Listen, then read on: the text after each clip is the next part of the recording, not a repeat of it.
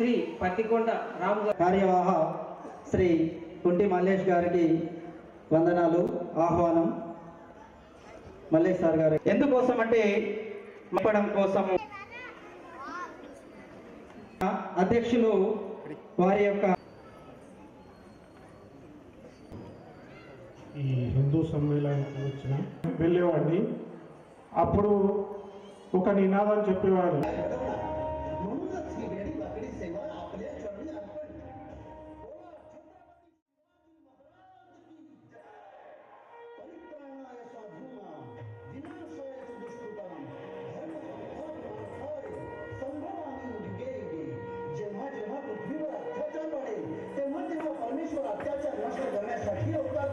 अनुभव तसंच झालं. शिवनेरी गडावर एका नव्या सूर्याचा जन्म झाला. गडावरील देवी शिवाई म्हणून नामकरण सोहळ्यात नावकायचं नाव शिवाय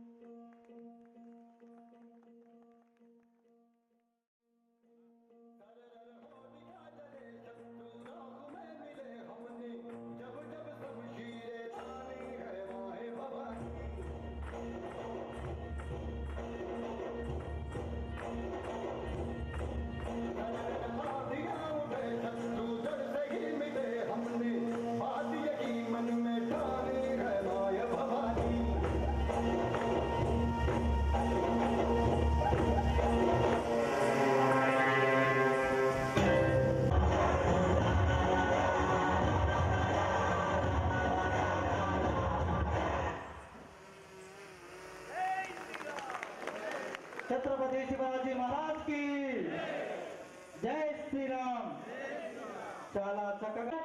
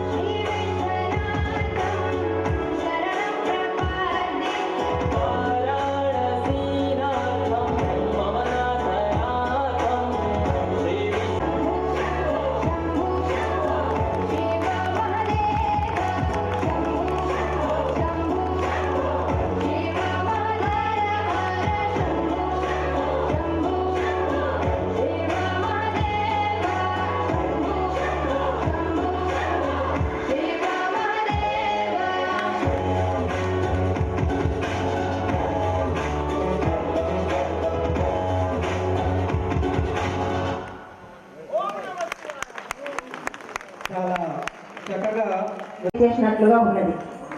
నేను ఇక్కడికి వచ్చినప్పటి నుంచి చూస్తున్న లలిత సహస్రనామాలు, హనుమాన్ చాలీసా, భజన, మరి చిన్నారుల నృత్యం, మరి అందరికీ కూడా నా యొక్క నమస్సుమంజలి. మరి చిన్నారులందరికీ నా యొక్క ఆశీస్సులు, అభినందనలు కూడా. ఈనాడు మన దేశం యొక్క గొప్పతనాన్ని చాటుకునే రోజు. అందరము మన దేశం యొక్క ఔన్నత్యాన్ని చాటుకోవడానికి ప్రయత్నం చేయాలి. భారత మాతకు వందనం, నా జన్మభూమికి వందనం. భారత మాతకు వందనం, నా జన్మభూమికి వందనం. విశ్వమంతటా వెలుగులింపిన, విశ్వమంతటా వెలుగు నింపిన వేద భూమికి వందనం, వేద భూమికి వందనం. శ్రీ గురుభ్యో నమః. మరి ఈనాడు నేను ఇక్కడ ఒక కుటుంబ వ్యవస్థ అనే ఒక అంశం గురించి ప్రస్తావించబోతున్నాను. కుటుంబ వ్యవస్థ అనేది మన భారతీయ జీవన పద్ధతికి ఇది ఒక పట్టుబొమ్మ. మరి కుటుంబ వ్యవస్థ ఈనాడు ఎలా ఉంది, ఒకప్పుడు ఎలా ఉండేది? మరి కుటుంబ వ్యవస్థ పటిష్టంగా ఉంటేనే జీవన మానవీయ విలువల గురించి, సంస్కారాల గురించి మనకు ఏ విధంగా అందుతుంది? ముందు తరాల నుంచి, ఒక తరం నుంచి ఇంకొక తరానికి అందజేయబడుతుంది. ఆ విధంగా జరిగే ప్రక్రియను ఆ ఉత్తమమైన తరాలని, యోగ్యమైన తరాలుగా మనము నిర్ధారిస్తుంటాం.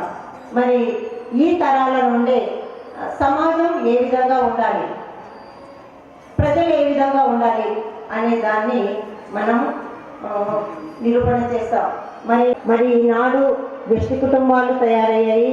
ఆ నానమ్మ, నా తాతయ్య దగ్గర పిల్లలు ఉండడం లేదు. అది చదువుల కోసం అంటూ వాళ్ళని దూరంగా తీసుకురావడం జరుగుతుంది. కానీ వాళ్లకు విలువలు నేర్పే వాళ్ళు కరువయ్యారు. మనం వృత్తిరీత్యా ఎక్కువ సమయం వృత్తిలో గడపడం వల్లనో, లేక టీవీల ప్రభావం వల్లనో, చలనచిత్రాల ప్రభావం వల్లనో పిల్లలకు విలువలను నేర్పించడం తగ్గిపోయింది. ఇది అందరికీ తెలిసిందే. కానీ మరి ఆ విలువలు వాళ్ళు నేర్చుకునేటట్లు మనం ఏం చేయాలి, మన బాధ్యత ఏంటి అనేది ఒక 6 అంశాలను చిన్నగా తెలుసుకుందాం. మరి ఆ 6 అంశాల్లో భజన్, భోజన్, భాష, భూష, భవన్, భ్రమణ్ ఇవి. అయితే భజన్ ఫస్ట్ తెలుసుకునవలసింది భజన్. భజన్ అంటే మనకు మామూలుగా ఇప్పుడు ఇందాక చూసినాం కదా, ఆ దేవాలయం ముందు, దేవుడి ముందు భజన చేస్తుంటాం. అదే కాకుండా భజ అన్న శబ్దానికి అనేక అర్థాలు ఉన్నాయి.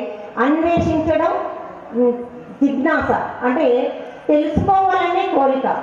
ఇది అందరిలో ఉండాలి. తెలుసుకోవాలనే కోరిక ఉన్నప్పుడే మనము కొత్త విషయాల పట్ల ఆసక్తి చూపుతూ కొత్త విషయాలు తెలుసుకుంటూ మంచి దారిలో నడవడానికి ప్రయత్నం చేస్తాం. మరి ఎవరి గురించి తెలుసుకోవాలి, ఎందుకు తెలుసుకోవాలి అంటే తరతరాల వారి గురించి తెలుసుకోవాలి. మన ముందు తరాల వాళ్ళ గురించి తెలుసుకోవాలి. తాతల గురించి, ముత్తాతల గురించి, తండ్రుల గురించి, వాళ్ళు చేసినటువంటి సేవల గురించి, వారు సమాజానికి చేసినటువంటి చేతి సహాయమా, లేకపోతే ధన సహాయమా, మాట సహాయమా, ఏది చేశారు అనే విషయాలు తెలుసుకొని వాళ్ళు ఏ విధంగా లబ్ధ ప్రతిష్ఠులయ్యారు, వాళ్ళు ఏ విధంగా సమాజంలో గౌరవాన్ని పొందారు అనే విషయాన్ని తెలుసుకోవడానికి ప్రయత్నం చేయాలి. మన సంస్కృతి పట్ల గౌరవం, మన సంప్రదాయాలకు ప్రతిబింబం, మన ఐక్యతకు చిహ్నం. మన హిందూ ధర్మానికి వేల సంవత్సరాల చరిత్ర ఉంది. మన పూర్వీకులు అందించిన విలువలు, ఆచారాలే మనకు మార్గదర్శకాలు. ఈ సమ్మేళనం ద్వారా ఆ గొప్పతనాన్ని